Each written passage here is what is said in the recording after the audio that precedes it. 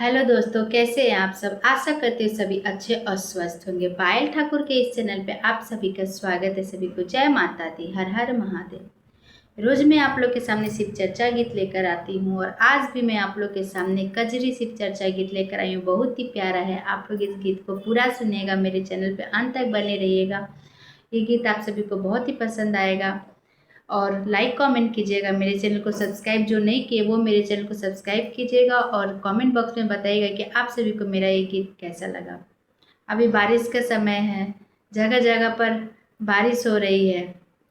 गौरा मैया शिव जी से कहती है कि आप कैसे रहते हैं इतना बारिश में। उनके मरई से पानी चूता है, तो इसी से परेशान होकर गौरा मैया भोले जी से क्या क्या कहती है। आप इस गीत को पूरा सुनिए तो आपको पता चलेगा कि इस गीत का क्या भाव है।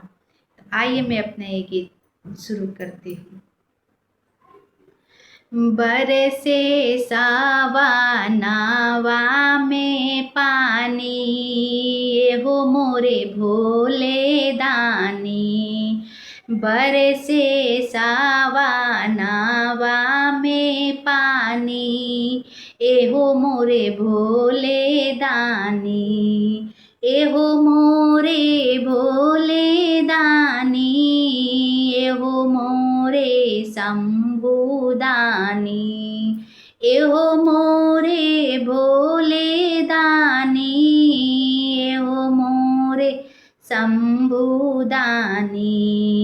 टपे टप चुवता पलानी, एहो मोरे भोले दानी। टपे टप चुवता पलानी, एहो मोरे भोले दानी। बरसे सावनावा के पानी, एहो मोरे भोले दानी। बरसे सावनावा के पानी, एहो मोरे भोले दानी। घेरी घेरी आवे रोजे, काली रे बदरिया हो। रिम झिम फुअरिया से भिजे मोरे सरिया हो। घेरी घेरी रोजे आवे, काली रे बदरिया हो। रिम झिम फुअरिया से भीजे मोरे सरिया हो। कितना हम सही परेशानी, एहो मोरे भोले दानी। कितना हम सही परेशानी, एहो मोरे भोले दानी। बरसे सावनावा में पानी, एहो मोरे भोले दानी। बरसे सावनावा में पानी, एहो मोरे भोले दानी। कैसे के राही शिवजी टूटही पलानिया हो। बाबा घरे रहनी हम महल अटरिया हो। कैसे के राही शिवजी टूटही पलानिया हो। बाबा घरे रहनी हम महलयट रिया हो।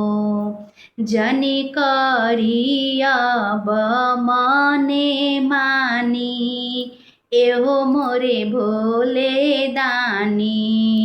जनी करिया बमने मानी, एहो मोरे भोले दानी। बरसे सावनवा के पानी, एहो मोरे भोले दानी। बरसे सावनवा के पानी, एहो मोरे भोले दानी। सबका के दिहनी रउआ महलया टरिया हो, अपने रहिला काहे बनी के भिखरिया हो। सबका के दिहनी रउआ महलया टरिया हो, अपने रहिला काहे बनी के भिखरिया हो। केतना राउर गुनावा बखानी, ओहो मोरे भोले दानी। केतना राउर गुनावा बखानी, एहो मोरे भोले दानी। एहो मोरे भोले दानी, एहो मोरे शंभुदानी।